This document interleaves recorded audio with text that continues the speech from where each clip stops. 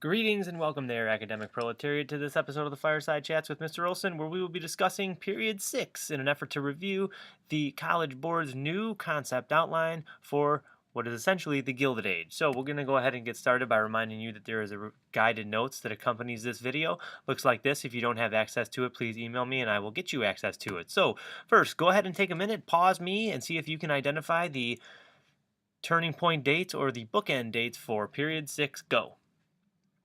Hopefully you wrote down that in 1865 the Civil War ends, and in 1898 we would see the beginning of American imperialism with the Spanish-American War. Now, just a little heads up here, I'm not going to talk about imperialism in this this video. Imperialism can be seen in the Period 7 video. Okay, don't really agree with the College Board on that, but that's a story for another day. Okay, the key concepts are listed right here. If you want to read them, you can go ahead and pause me now and read them. Otherwise, we're going to take them one at a time. So key concept 6.1 says, technological advances, large-scale production methods, and the opening of new markets encourage the rise of industrial capitalism in the United States. So if you were to rewrite key concept 6.1 in your own words, it might say something like the second industrial revolution led to more trade and the rise of industrial capitalism.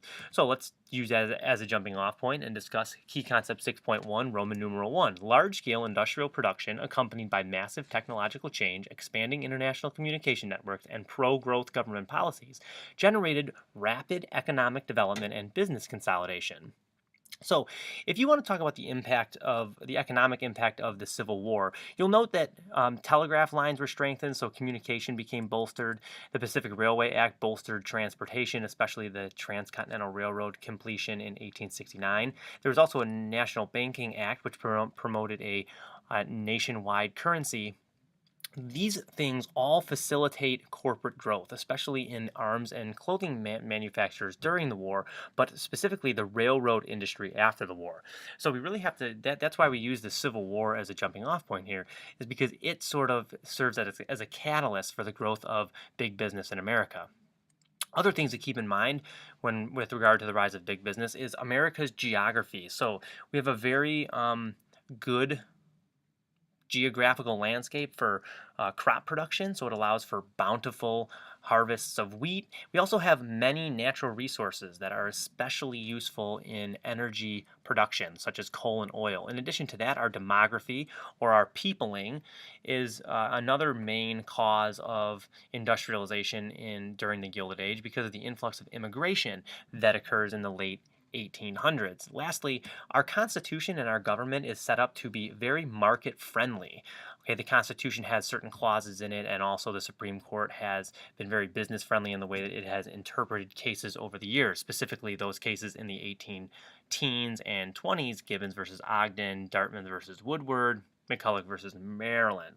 Okay, so during the Gilded Age, you see technological innovation on a massive scale. We have the fossil fuel revolution, where we see coal and oil replace water and steam, and then later we see, oil is the big one here, which oil later becomes the most prevalent of all fossil fuels, but this is where it gets its start. In addition to that, we see the emergence of the Bessemer process, which revolutionized the steel industry and allowed for Andrew Carnegie to make much stronger steel that could be used in building skyscrapers and railroads. We also see the introduction of the assembly line, especially with Henry Ford's building the Model T. This allows for the mass production of goods. We also see the disassembly line in the case of Chicago meatpacking plants, Chicago Pride, and disassembly of products. Okay, in addition to that, there's new organizational forms of business practices. So we see the emergence of trusts, which are groups of companies that sort of come together to make decisions to regulate a market. We see horizontal integration, which is best exemplified by John Rockefeller's Standard Oil, in which he buys up all his competitors to drive them out of business. And then also we have vertical integration, which is best seen in the meatpacking industry in Chicago, where business owners will buy all the different steps involved in making a commodity in order to control that market. Okay, so here we have the rise of industrialization. Key concept 6.1 Roman numeral 2 says a variety of perspectives on the economy and labor developed during a time of financial panics and downturns. So basic thing to remember here is that capitalism is built on the idea of booms and busts, and that's exactly what we're going to see. We're going to see booms and we're going to see busts. Okay, so some concepts to be aware of. Laissez-faire economic environment, this means that the government is going to intervene in the economy very little, laissez-faire, hands off. And the businesses want the government to sort of leave them alone, and that's exactly what we get. Now, with the advent of mass industrialization and mass production, we see the price of goods decrease. Okay, so if you look at the graph over here, we see that real wages, which is another way of saying how much people are able to buy relative to their income, they're going up during this time period. Now, don't don't feel pretty poor for a lot of the people, especially the workers. But their real wages are going up. They're able to afford to buy more. Now, they still lived in ramshackle tenements and, had cruddy living conditions, but whatever. That's a story for another day. Okay. So now with this rise in real wages, some people would argue the standard of living for all Americans would have to increase, but that's not the case because the gap between the rich and the poor is tremendous. It grows exponentially during this time period, which really skews the data with regard to real wages. Okay, another place that's industrialized, and we can't forget about them, is the South. After the Civil War, and specifically after Reconstruction, Henry Grady, who is a guy who coins the term New South, argues that the South should focus on manufacturing. It should turn around its backward agricultural ways and focus on producing things like iron ore, textiles, and tobacco, all things that are perfect for the South because, well, they have a lot of iron ore, the textile factories would be close to cotton plantations, and tobacco has been grown there for years. Okay, now despite these calls for industrialization, the South remains largely agricultural, but it does have more industry. Now, the South is going to continuously industrialize throughout American history because it's a great way for businesses to avoid high-paid workers and unions. Speaking of unions, another way that people responded to the sort of unpredictability of American capitalism is by organizing into unions. Unions are organizations that respond to poor working and living conditions and usually are comprised of working people. Okay, so their demands largely rested on three main ideas: shorter hours, safer conditions, higher payment. Okay, those are the things that they wanted. Now let's talk about the most popular of the Gilded Age unions. Knights of Labor, which were the first major Gilded Age union formed during this time period, were led by a guy named Terence Powderly. They emerged shortly after the Civil War and had the goal of government ownership of the means of production, which is kind of like a quasi socialism, at least the way that we would envision it today. Its membership included all unskilled workers, particularly they included Black Americans, European immigrants, and women into their ranks. Not all unions were like that, shocker, but the Knights of Labor tended to be egalitarian. Now, they were not too keen on strikes. They wanted to cooperate with the union or with the businesses and educate their members instead of going on strikes. Now, despite that, they were involved in one important strike, which we will talk about in a second. The second major Gilded Age union, and the one that is still around today, meaning it is the most successful out of all of them, is the American Federation of Labor, led by a cigar roller named Samuel Gompers. Now, their goal was to work with capitalism, which is a reason why they're still around today. They focused on bread and butter issues, which were those things that we talked about when we introduced unions: shorter hours, higher pay, safer conditions. Now, their membership is in stark contrast to that of the Knights of Labor. They only allowed in skilled workers organized by craft or by what they did because they thought that unskilled workers would drive their pay down, which means they generally tended to exclude women. They allowed in few immigrants, specifically those from South and Eastern Europe, and they allowed in few blacks because those were all unskilled workers, and the AFL was not into catering towards them. They were much more open to using strikes. However, like we said before, they were willing to work with capitalism, so no major overhaul of the system. And now to my favorite Gilded Age union, the Industrial Workers of the World, led by the most amazingly named Big Bill Haywood. Their goal was for worker ownership of the means of production and complete destruction of private property, which means, yes, they were communists. Now, they wanted to include all industrial workers in their ranks, regardless of creed, color, or gender. Their method: violent strikes, sit-down strikes, and sabotaging the means of production. The factory held you down, you should blow it up. Okay, key concept 6.1, Roman numeral 3 says new systems of production and transportation enabled consolidation within agriculture, which, along with periods of instability, spurred a variety of responses from farmers. So, we're going to talk about angry farmers now. If you recognize that political cartoon, it's because you've seen it. It has to do with the populist party, everyone's favorite group of angry farmers. We'll get to them in a second. Okay, so at the beginning of the Gilded Age, which means after the Civil War, farmers had some issues. Their issues. They had to pay exorbitant prices to ship their stuff on railroads. Well, if I'm a farmer in the middle of nowhere, how do I get my stuff to the people in the city who are going to consume it? The railroad. What if I can't afford the railroad? Well, then I starve.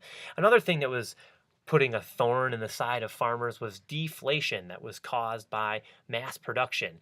Since we see the introduction of things like tractors and combines and the mechanization of farming, we see people mass produce crops, and so that drives the prices down. And then also poor living conditions on those recently sold homesteads, which of course was a difficult place to live, with all the locusts and everything. Okay, the farmers' response, well, initially they unionize into what's similar to industrial unions like the Grange and the Farmers Alliance, but then they get all political and they form the People's Party or the populists. Now, this political party, called the People's Party, their goals included nationalization of the railroad because they thought that if the government controlled the railroad, then that means that the railroad companies couldn't take advantage of them. They wanted to see silver introduced to back the dollar, so basically bimetallism, back the dollar with silver and gold, because that would combat deflation. And then they wanted direct election of senators, which they thought would limit corruption. Now, let's see how successful these populists were. Well, in the 1892 election, they get about 1 million votes, which doesn't seem like a lot, but for a third party, that's a pretty big deal. In the 1896 election, they make such noise that the Democrats seek to include them in their ranks. And so William Jennings Bryan becomes the presidential candidate for both the populists and the Democrats. And this is where he delivers his very famous and AP favorite Cross of Gold speech, where he says that big businesses, banks, and railroads have crucified the American farmer on a cross of gold. Now, this obviously is meant to evoke farmers' commitment to Jesus Christ and Christianity in order to get more people to his side. But unfortunately for him, William McKinley wins because he puts forward the most heavily financed campaign in the history of America. And who was it financed by? Big business. All for nothing. Sad day. Okay, moving along, key concept 6.2, the migrations that accompanied industrialization transformed both urban and rural areas of the United States and caused dramatic and social and cultural change. Now, if I were to rewrite this key concept in my own words, I would say, because capitalism needs a large pool of labor, many people migrated to these new industrial centers. And also, farms don't need as many people on them anymore. So key concept 6.2, Roman numeral 1. International and internal migration increased urban populations and fostered the growth of a new urban culture. We've already talked about this throughout the video, so this might seem kind of fast, but it's sort of been sprinkled throughout. Immigrants start coming from new places, hence the reason they're called new immigrants, in contrast to old immigrants that came during the market revolution from places like Germany and Ireland. These new immigrants came from Eastern Europe and Asia. They were coming to America for opportunity, and they tended to be non-skilled workers. The best example of this is Jurgis from Lithuania in Upton Sinclair's book, The Jungle. Now, Southern blacks also moved north to take these unskilled jobs. They were usually used as strike breakers or scabs. Women moved from rural to urban areas because with the introduction of farm equipment, you didn't really need them anymore.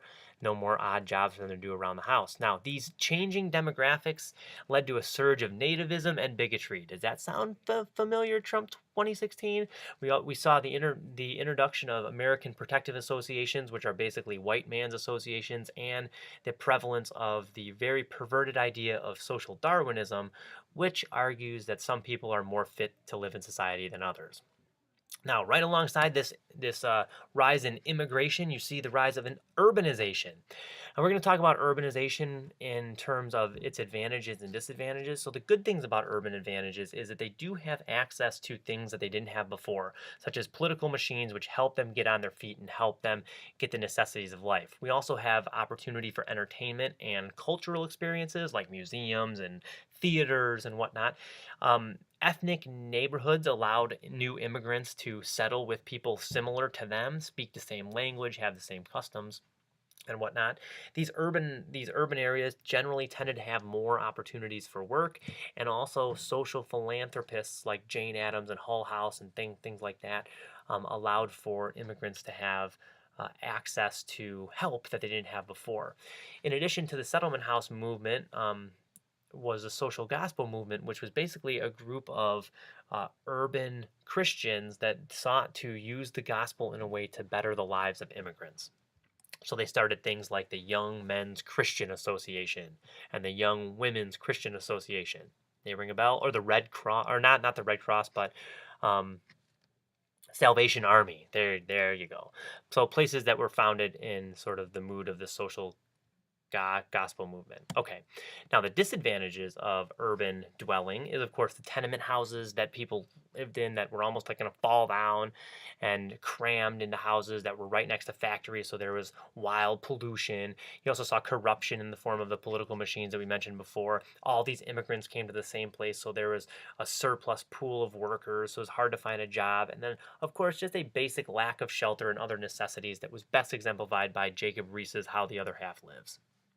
Urbanization, not all good.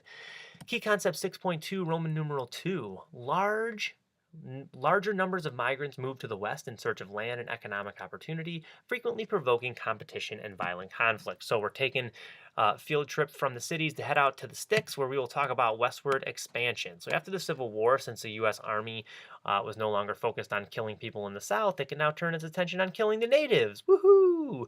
So we see this conflict with the Native Americans in three formative events. First is the Battle of Little Bighorn, which took place in Montana, 1876, and this was a relatively infrequent Native victory, where it really showed that the natives were a formidable force in the West, and that the U.S. was going to have to throw a lot of resources at them. So that's exactly what they do. And by 1890, the Native Americans are at wit's end, and so they comprise a ghost dance, or a spiritual intended to bring all the buffalo back and bring all their dead brothers and sisters back. But this scares the white people who are not into dancing, and we get the massacre at Wounded Knee in 1890, which effectively ends resistance against Americans by the Native Americans. This Western settlement decimated Native American tribes both physically and culturally. The killing of the buffalo did away with their major source of life. The Dawes Act in 1887 moved them from reservations that were communal onto reservations that were individually held plots. And then, of course, the Bureau of Indian Affairs was founded under the assumption that they would kill the Indian, save the man. Ain't that nice? Okay. In addition to that, Americans, or with the Indians gone, Americans now were able to settle westward however they wanted. So the Homestead Act, passed in 1862 during the Civil War, allowed poor people from the east to settle out west on 160 acres for a relatively small amount of money, usually around $8. Wouldn't have made any difference if it weren't for the Transcontinental Railroad, which began in Sacramento and Omaha and worked to meet in the middle, finally finished in 1869 when it met at Promontory Point with a symbolic champagne toast. Ain't that nice? Now, westward expansion relied on, and especially the Transcontinental Railroad, relied on a diverse population which did all the backbreaking work. Okay, Chinese immigrants, Irish immigrants, they were put to work on the railroad. But it's important to note that the West had a very diverse population of people that were doing a diverse number of things, which we'll talk about in a second. Now, the West, which had once represented freedom and independence, was now closed. So by 1890, the census indicates that there's no new place for Americans to settle. And historian Frederick Jackson Turner, in his famous Frontier thesis, argued that this was going to create a crisis in the mindset of Americans and with American identity, because where were the Americans to go now? I'll give you a hint. Overseas. Once settled in the West, Americans indulged in three major Western industries. First being farming, which started as small-scale, local, and independent on those homesteads that we mentioned before, but were eventually taken over by corporations when many of the homesteaders couldn't pay their bills. In addition to farming, we also had mining, which started on the surface, extracting whatever metals sort of flowed with the waters, but were eventually taken over by corporations, which had the money to buy the big equipment that dug deeper down into the earth to get more and more of the minerals out.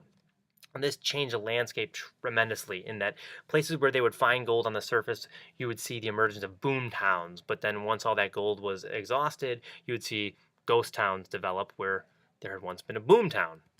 And then third, you had cattle ranching, which was started by the cowboys that would ride down to Texas and drive the cattle northward. But again, like the other two, were eventually taken over by big corporations and large scale ranchers who used technological innovation like barbed wire to keep in large numbers of cattle. Now, this of course played hell on the Native Americans' way of life, but hey, money, who cares? All right, finally, key concept 6.3. The Gilded Age produced new cultural and intellectual movements, public reform efforts, and political debates over social and economic and social policies. If I were to rewrite this key concept, I would say capitalism, which alters everything, forced many cultural and social changes. So 6.3, Roman numeral 1, new cultural and intellectual movements both buttressed and challenged the social order of the Gilded Age. So let's talk about some Gilded Age ideas. First, we alluded to this one before, social Darwinism, the idea that survival of the fittest should be applied to people in like social situations, argued that workers were in the low class because they were the most unfit. Okay, and philanthropists like Andrew Carnegie would take this and run with it. So he then put forth his famous Gospel of Wealth, which said that wealthy people were wealthy because they earned it and they were better. But since they were wealthy, they had a commitment to help those lowly classes who couldn't help themselves, which is a very paternalistic and very unfortunate idea. In addition to that, we had the social gospel movement, which we talked about again earlier, which advocated for sort of religious extension to poor people. It sounds good, but really, how much can the Salvation Army do to help a million poor new immigrants in the city? Yeah, not much. Okay.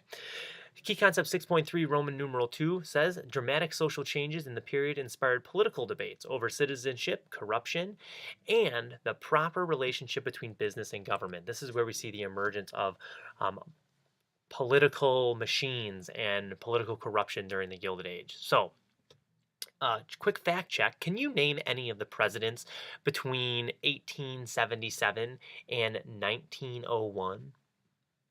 I didn't think so. And if you said Grover Cleveland, it's only because he served 2 non-consecutive terms. That's not impressive. Okay, anyways, political machines and big business really carried the day. They were the ones that dictated the way that government worked. There was a two-party system, but essentially the Democrats were on the side of political machines and the Republicans were on the side of big business, which means the regular old people were stuck in the crossfire. Now, while that paints a very negative picture of politics during the Gilded Age, women do start to make inroads, especially in Western states. The populists included women in their party platform as constituents. Mary Elizabeth Lease is a very influential populist speaker, and so when women start to speak on behalf of a political party, you know that they're making headway in regard to the political world. Now, while they were also known for philanthropic ideas, this involvement in politics is something to be mentioned. Now, race relations remain the same, and with regard to politics, there wasn't really much done by way of racial egalitarianism. The Supreme Court issued one of its most famous bad decisions, Plessy versus Ferguson, in 1896, which argued that separate but equal accommodations were in fact legal. So sad, which of course leads to the Jim Crow laws and the implementation of segregation throughout the South. And then, of course, sharecropping in the South ruled the day, and there really wasn't anything to do about it. Well, that's all the time I have for today. I'm out of money, which means we're out of information, which means bye bye.